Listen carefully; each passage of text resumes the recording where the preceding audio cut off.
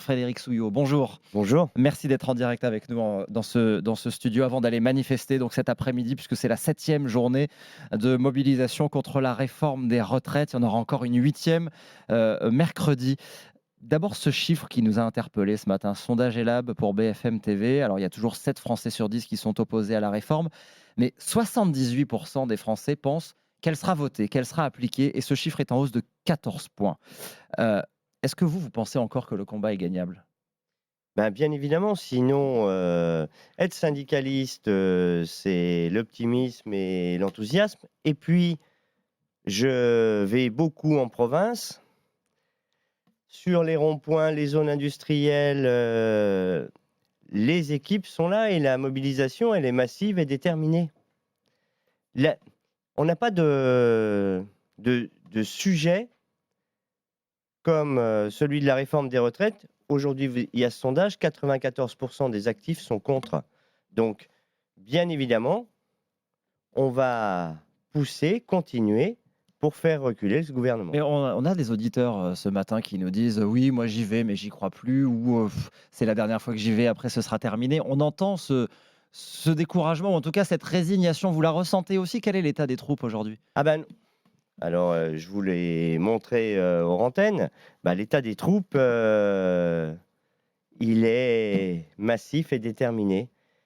Grève et manifestations sur toute la France et tout ce qu'il y a eu depuis mardi, parce qu'aujourd'hui, la France à l'arrêt mardi. Mais la France, ça n'a pas été à l'arrêt. Alors, la France n'a pas été à l'arrêt mardi? Vous avez pris le train? Vous avez pris le transport collectif? Vous avez sorti vos poubelles? Elles y sont toujours, hein, si vous les avez sorties. Pas Heu, partout, pas partout. Et ah bah, certains métros roulaient, oui, bien sûr.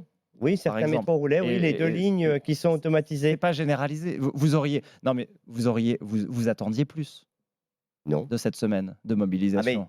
de cette semaine de mobilisation, on a mis la France à l'arrêt mardi, mercredi, la journée des femmes et puis, bah, nous avons écrit, c'était la stratégie de l'intersyndicale, au président de la République, jeudi. Il nous a répondu hier, avec beaucoup de mépris et puis, j'ai repris une petite phrase qu'il, met dans son courrier. «Il est de mon devoir de préserver ce temps parlementaire qui est Mmh. l'essence de notre démocratie». Au même moment où il nous écrit ça, il met en place le 44-3 pour bloquer les votes au Sénat. Bah, si c'est l'essence de la démocratie, le temps parlementaire, bah, il faut lui laisser le temps au temps parlementaire et pas autre chose. Mmh. Alors justement, sur cette réponse, vous dites, il y a eu du mépris. Je voudrais que juste vous faire écouter et puis vous allez pouvoir réagir. La réponse qu'a faite tout à l'heure, c'était, à 7h40, exactement à cette place dans ce studio, de Xavier Iacovelli, qui est sénateur Renaissance, à la question sur, faut-il recevoir à l'Élysée les organisations syndicales? Écoutez. Les organisations syndicales ont été écoutées. Elles sont écoutées. Elles continuent d'être écoutées par l'intermédiaire des parlementaires. Et c'est d'ailleurs pour ça qu'on fait notre travail, nous, ensuite, en tant que représentants de la nation, de voter et de modifier ce texte. Enfin, il n'y a pas que les 64 ans. Je vous rappelle que dans la réforme prévue, et grâce justement aux négociations, il y a 40% des Français qui n'auront pas besoin d'aller jusqu'à l'âge légal de la retraite, c'est-à-dire 64 ans, parce que justement, nous avons mis en place des mesures de pénibilité, de carrière longue, les mesures pour soutenir les carrières hachées, pour les femmes, pour les aidants. Il n'y a pas que les 64 ans, dit le sénateur Xavier Iacovelli, Frédéric Souillot. Heu, il dit finalement, les 64 ans, c'est bloqué de toute façon, mais sur le reste, il y a eu des discussions. Alors, il y a eu des discussions sur tout le projet. La totalité des organisations syndicales françaises le disent depuis début octobre, pas de recul de l'âge de départ, pas d'allongement de la durée de cotisation.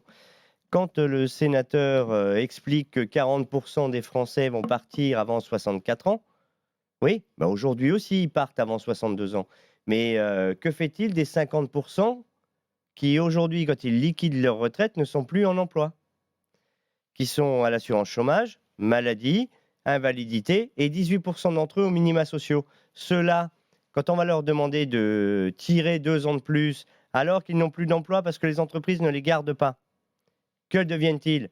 Au RSA, comme 18% d'entre eux, on va passer à 24% aux minima sociaux ou au RSA. Donc, si les parlementaires entendent les organisations syndicales, les citoyens et tout cela, ils n'auraient jamais dû voter l'article 7 qui recule l'âge de départ.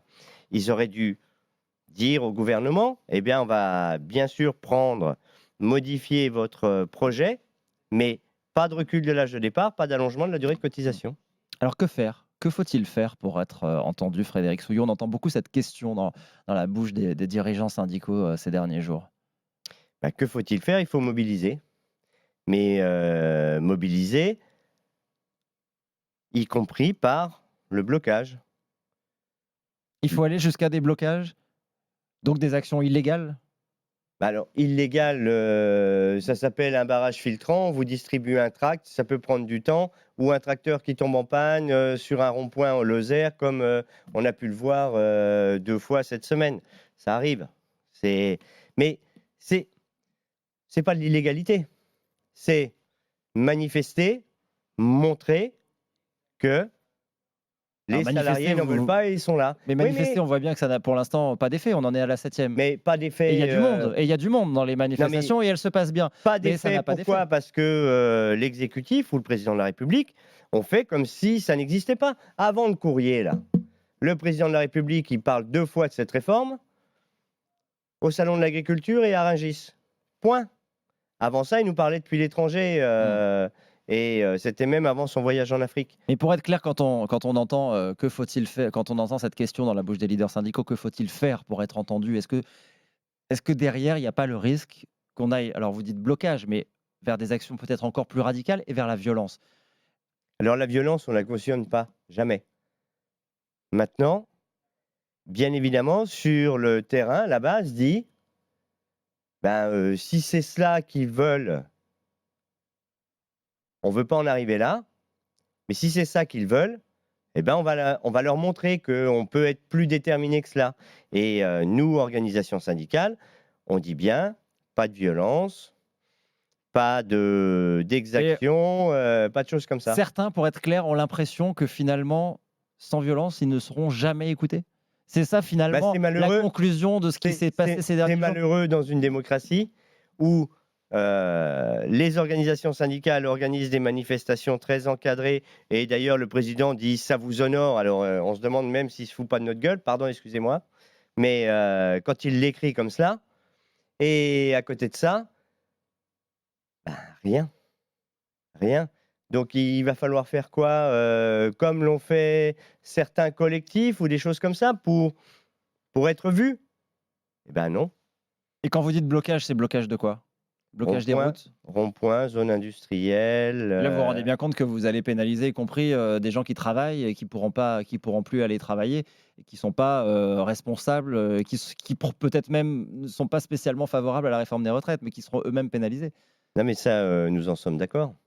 Mais que voulez-vous que je vous dise? La responsabilité, elle sera sur l'exécutif de ne pas vouloir entendre et de ne pas vouloir écouter.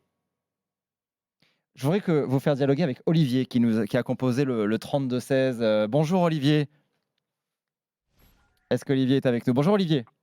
Oui, bonjour, je vous entends, oui. Voilà, je voulais vous faire dialoguer avec Frédéric Souillot parce que vous allez aller manifester aujourd'hui du côté de Calais, c'est ça? Oui, tout à fait. Je vais manifester à Calais, là, à 9h30. Là, je m'apprête à partir. D'ailleurs, au passage, je tenais à dire que je suis syndiqué Force ouvrière. J'ai fait partie du CSE, etc. J'ai été délégué syndical. Donc, je connais un petit peu le... Dans quel état d'esprit vous allez manifester aujourd'hui, Olivier? Alors, moi, j'y vais, c'est par une histoire d'éthique, de conviction, mais je n'y crois plus. Je n'y crois plus. Je vais être honnête, je pense que la réforme passera, quoi qu'il arrive. Macron, c'est son 2e mandat, il n'a plus rien à perdre. Et quand on voit comment agit l'exécutif, justement, la fin de non-recevoir, le courrier, de ne pas vouloir recevoir l'intersyndicale. Enfin, moi je suis ça quotidiennement. À mes yeux, la façon d'agir de l'exécutif, des pouvoirs publics, ils vont la passer et un point c'est tout. Et malheureusement, faire des grèves, des actions un peu plus dures, j'ai bien peur que ça retourne contre nous, justement. Tout ce qui est blocage, coupure d'électricité, etc., etc. J'ai peur que ça retourne l'opinion, une certaine opinion, contre nous, les syndicats. Qu'est-ce que vous lui dites à Olivier? Merci beaucoup Olivier pour votre appel. Frédéric Souillot, qu'est-ce que vous avez envie de lui dire pour essayer de le... Mais de sortir de, de ce découragement. Olivier le sait, alors on est de la même organisation syndicale. Eh ben, il faut tenir, Olivier. Et à Valenciennes, vous avez déjà montré mardi, mercredi et jeudi que vous étiez capable de tenir. Alors bien évidemment, après ça, force de l'ordre pour évacuation, zone industrielle et tout le reste, mais il n'y a que comme ça que nous pouvons faire bouger l'exécutif, puisque personne ne nous entend. Juste une dernière question très rapidement, il nous reste très peu de temps, mais si la réforme est votée par le Parlement, si elle est adoptée, définitivement adoptée, comme ça pourrait être le cas probablement jeudi, est-ce que selon vous, il faut continuer la mobilisation, même si le Parlement a adopté avec les règles de notre Constitution cette La réforme ne sera pas votée, donc on continuera. Elle sera votée par le Sénat très probablement, et peut-être par l'Assemblée, mais adoptée même par 49.3, c'est constitutionnel. Vous continuerez. Elle ne sera pas votée. Vous continuerez. Oui. Merci d'être venu ce matin dans le studio d'RMC. Frédéric Souillot, secrétaire général de Force ouvrière.